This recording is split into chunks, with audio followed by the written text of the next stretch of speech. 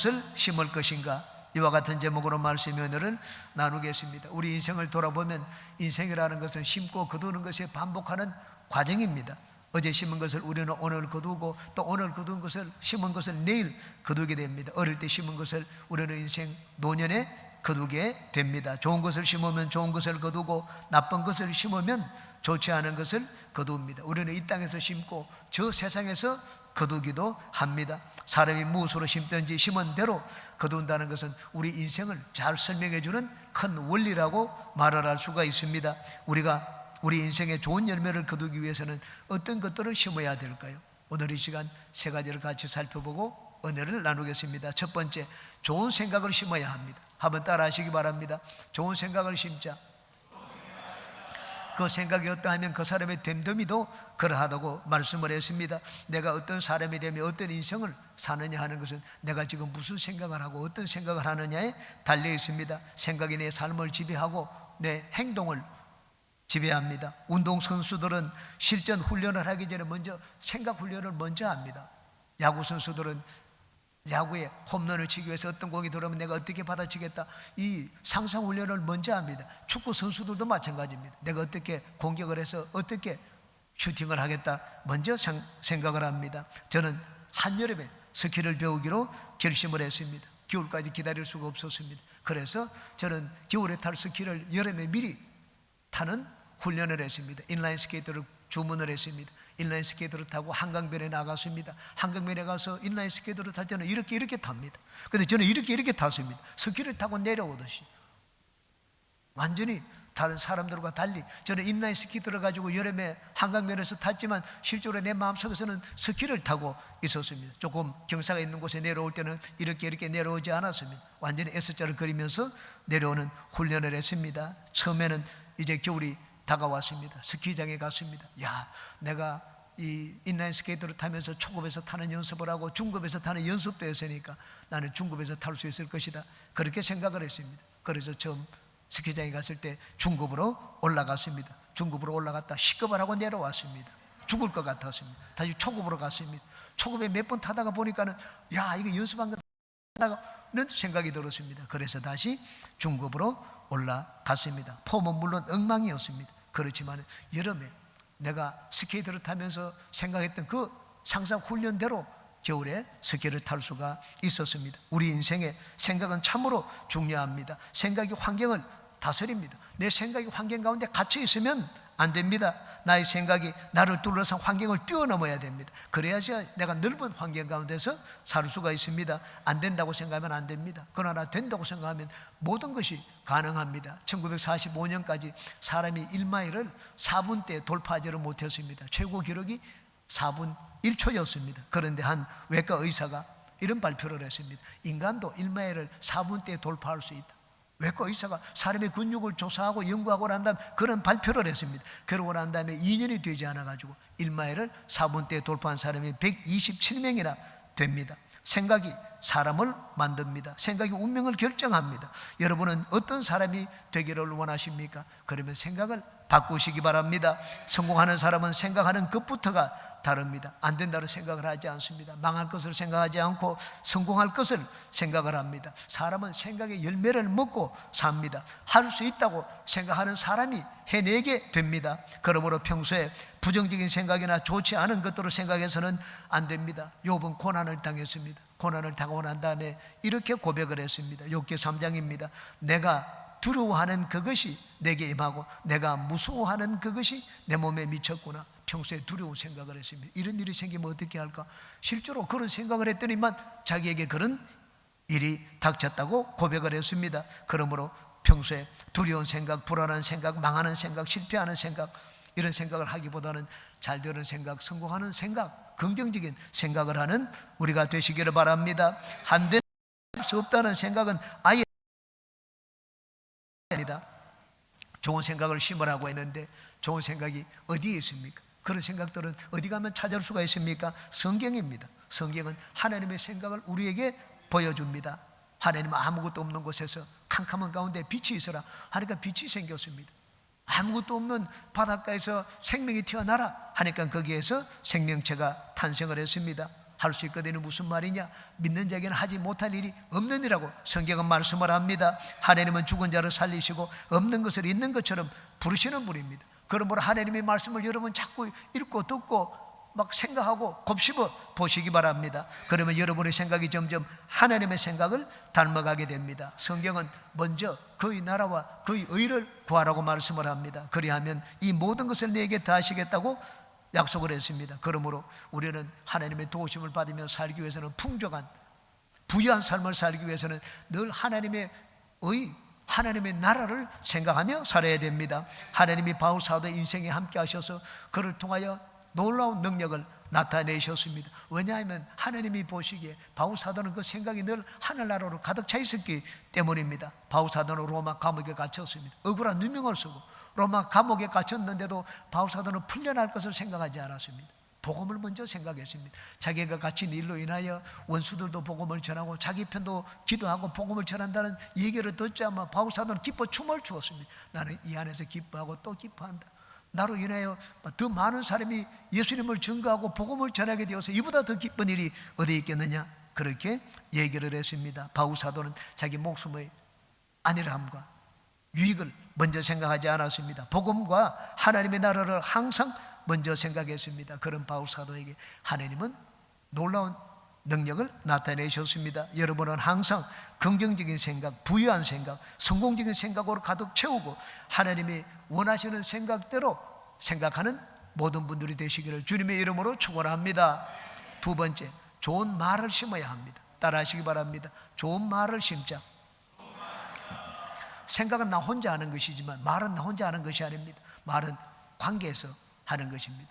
나 말을 듣는 사람이 있고 내가 말을 하는 상대방이 있습니다. 그러므로 내가 말을 잘하면 상대방과 좋은 관계를 맺고 내가 말을 제대로 잘 못하면 상대방의 관계가 나빠지게 됩니다. 오늘날 사회에서 성공하는 사람들을 보면 머리가 뛰어나기보다 대화의 기술이 뛰어난 자입니다. 즉 인간관계가 좋은 자들입니다. 미국의 카네기 공대에서 졸업생들 가운데 성공한 사람들을 조사하여 그 원인을 분석해 봤습니다. 그런데 이들은 이구동성으로 이렇게 대답을 했습니다. 성공하는데 전문 지식이나 기술은 15%밖에 영향을 주지 않았으며 나머지 85%는 인간관계였습니다. 그렇게 대답을 했습니다. 성경은 인간관계에서 말의 중요성에 대해서 여러 군데에서 말씀을 하고 있습니다. 잠언습니다.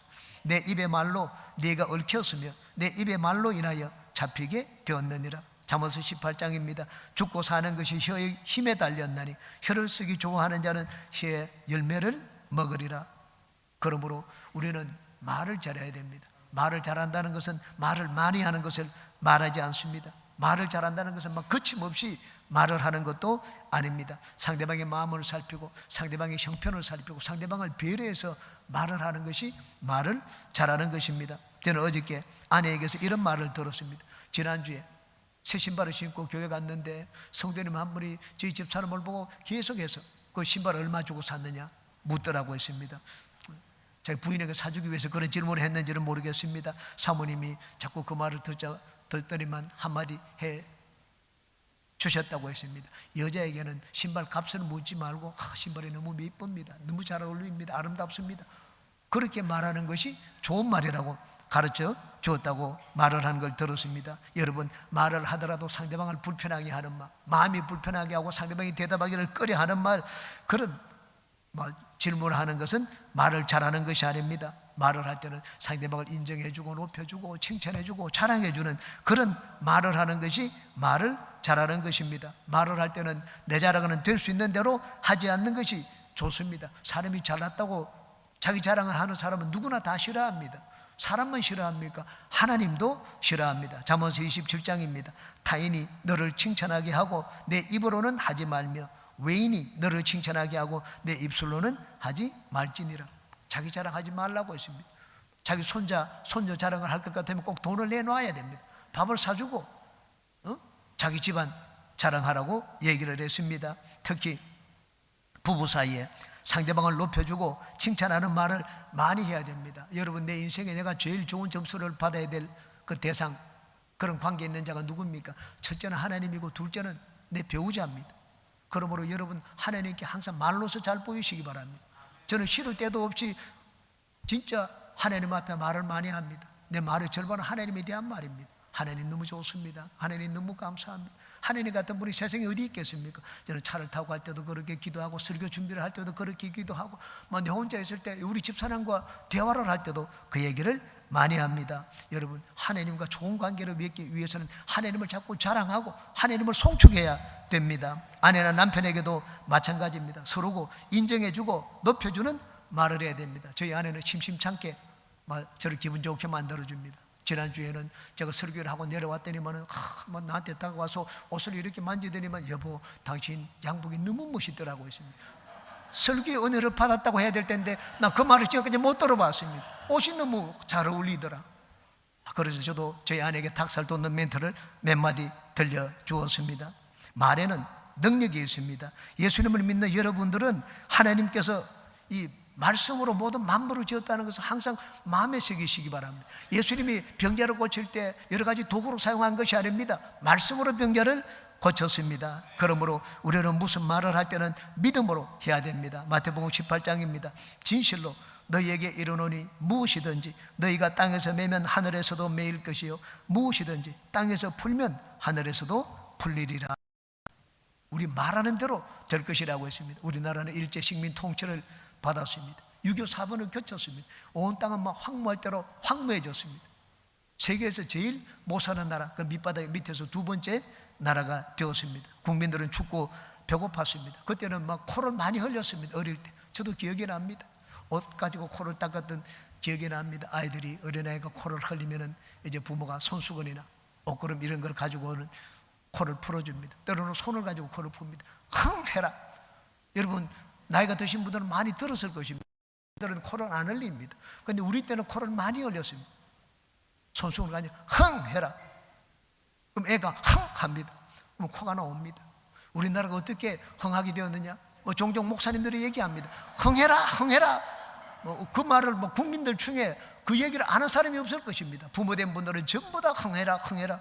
그래서 우리나라가 흥하게 되었다.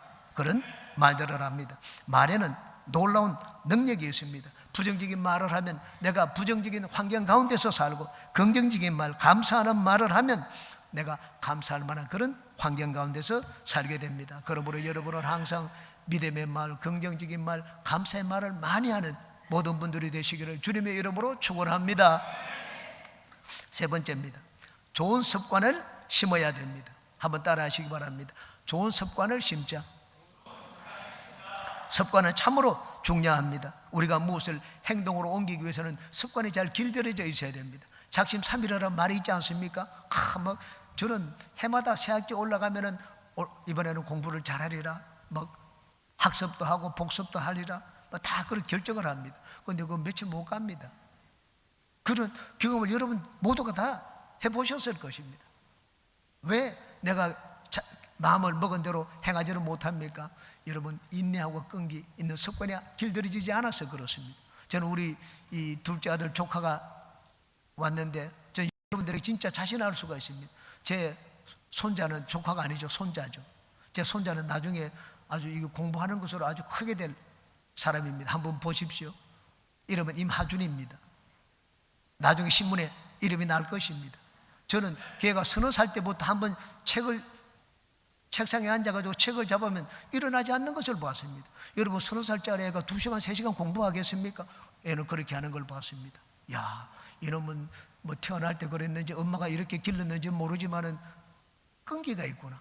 뭘 한번 한다고 하면 거기 붙어가지고 그냥 끝까지 해내겠다는 그런 인내하고 끈기가 있구나 하는 것을 느꼈습니다. 여러분, 우리가 무엇을 해내기 위해서는 여러분 좋은 습관이 내 몸에 들어야 됩니다. 인내와 끈기의 습관이 들지 않으면 우리는 아무것도 하지를 못합니다. 오늘 성경이 여기 말하는 좋은 습관 3가지를 우리에게 보여주고 있습니다. 첫 번째, 선행의 습관을 길들여야 합니다. 기독교인의 이 특징 가운데 중요한 것은 선행입니다. 유대인들은 3가지 종교적인 의무를 행했습니다. 그것은 기도와 금식과 구제였습니다. 구제만큼 큰 선행이 없습니다. 고넬료 가정은 이방인 가정이었습니다. 그런데 하나님의 천사가 나타나서 고넬료에게 베드로를 초청해서 말씀을 들으라. 그래서 그들은 베드로를 초청해서 말씀을 듣고 모든 사람들이 다 성령을 받게 되었습니다. 어떻게 고넬료의 가정이 그런 은혜를 입게 되었습니까? 사도행전 10장은 이렇게 말씀을 합니다. 그가 경건하여 온 지방과 더불어 하나님을 경외하며 백성을 많이 구제하고 하나님께 항상 기도하더니 부제와 선을 행했습니다. 하나님의 그 가정에 복을 주셨습니다. 한 번은 우리가 존경하는 이용훈 목사님이 비행기를 탔을 때 일입니다. 비행기를 타고 짐을 얹고 자기 자리에 앉았습니다. 그런데 한 분이 늦게 들어와 가지고 키가 작은 분이었습니다. 짐을 옮기려고 하는데 짐은 무겁고 이 짐칸을 너무 높이 있었습니다. 벌떡 일어나 가지고 그분이 짐을 들어 가지고 짐칸에 올려 들었습니다. 그분이 앉고 난 다음에 이영훈 목사님에게 이렇게 물었습니다. 첫 번째 질문입니다. Thank you라고 하지 않았습니다. Are you Christian? 당신 기독교인입니까? 그렇게 물었습니다. 이분은 기독교인, 이런 선행을 행하는 사람은 기독교인 아니면 누구겠느냐, 그렇게 생각을 했습니다. 기독교인의 특징 가운데 하나가 구제와 선행입니다. 하나님은 그의 백성들에게 구제와 선행을 강조합니다. 가난한 자를 돕는 것은 야훼 하나님께 빚을 지우는 것이라고 말씀을 했습니다. 참된 거룩과 경건이 무엇입니까? 어려운 사람을 돕는 것입니다. 야고보서 1장입니다. 하나님 아버지 앞에서 정결하고 더러움이 없는 경건은 곧 과와 과부를 그 환난 중에 돌보고 또 자기를 지켜 세속에 물들지 아니하는 그것이니라고 말씀을 했습니다. 그러므로 우리가 하나님께 복을 받기 위해서는 주위에 어려운 사람들이 있으면 그들을 돕는 선행이 내 몸에 배이도록 해야 됩니다. 여러분, 선행이라고 해서 큰 액수를 기부하는 것만이 구제가 아닙니다. 이웃이 어려운 형편 상황에 놓였을 때 그에게 도움의 손을 내미는 것이 선행이요 구제입니다. 성경은 때를 얻든지 못 얻든지 선을 행하라, 그렇게 말씀을 했습니다. 그러므로 여러분은 모든 상황에서 선을 행하시기 바랍니다. 마더 테레사의 글 중에서 가진 것 중에 가장 좋은 것을 주어라는 글이 있습니다. 읽어드리겠습니다. 사람들은 불합리하고 비논리적이고 자기중심적이다. 그래도 사랑하라.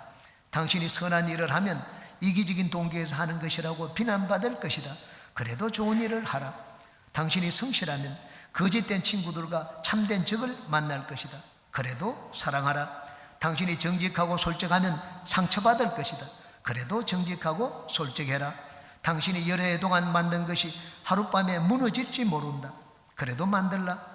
사람들은 도움이 필요하면서 도와주면 공격할지 모른다. 그래도 도와주어라. 세상에서 가장 좋은 것을 주면 당신은 발길로 차일 것이다. 그래도 가진 것 중에서 가장 좋은 것을 주어라. 테레사 수녀는 이런 삶을 살았습니다. 유대인의 탈무드 가운데 우리가 죽을 때, 심판하는 임금 앞에 나아갈 때 나와 같이 가주는 사람이 누군가? 물질이 아니라고 했습니다. 내 가족이 아니라고 했습니다. 친구도 아니라고 했습니다. 오직 선행만이 내가 심판자 임금 앞에 나아갈 때 나와 동행해서 나를 변론해 줄 것이라고 말을 했습니다. 성경은 우리에게 분명하게 가르칩니다. 구절을 보십시오. 우리가 선을 행하되 낙심하지 말지니 포기하지 아니하면 때가 이름에 거두리라. 여러분은 선을 행하는 좋은 습관을 들여서 하나님께 인정받고 칭찬받고 상급받는 인생을 사시기를 주의 이름으로 축원합니다. 두 번째, 성령을 위하여 심는 습관을 들이시기 바랍니다. 8절을 보시기 바랍니다. 자기 육체를 위하여 심는 자는 육체로부터 썩어질 것을 거두고 성령을 위하여 심는 자는 성령으로부터 영생을 거두리라. 심는다는 말은 무엇을 위해서 내 시간도 드리고 노력도 드리고 내 소중한 것을 바친다는 말입니다. 육체를 단련하기 위해서 여러분 내 시간과 노력, 물질을 드리면 건강한 몸매를 얻을 수가 있습니다. 오래갑니까? 육체는 낡아지고 부패합니다. 결코 오래가지 않고 영원하지도 않습니다. 그런데 성령을 위하여 내 시간과 물질과 내 인생을 드리면 어떻습니까? 성령은 결코 우리를 실망시키지 않습니다. 영원한 생명을 얻습니다. 그러면 성령을 위하여 심는다는 것은 어떻게 하는 것을 말합니까? 성령이 도와달라고 할 때 성령께 내 손을 내미는 것입니다. 성령은 손이 없습니다. 발이 없습니다. 입이 없습니다. 야, 누가 가서 나를 위해서 좀 말을 해줄 사람이 없느냐? 그때 내 입을 빌려드리는 것이 성령을 위하여 심는 것입니다.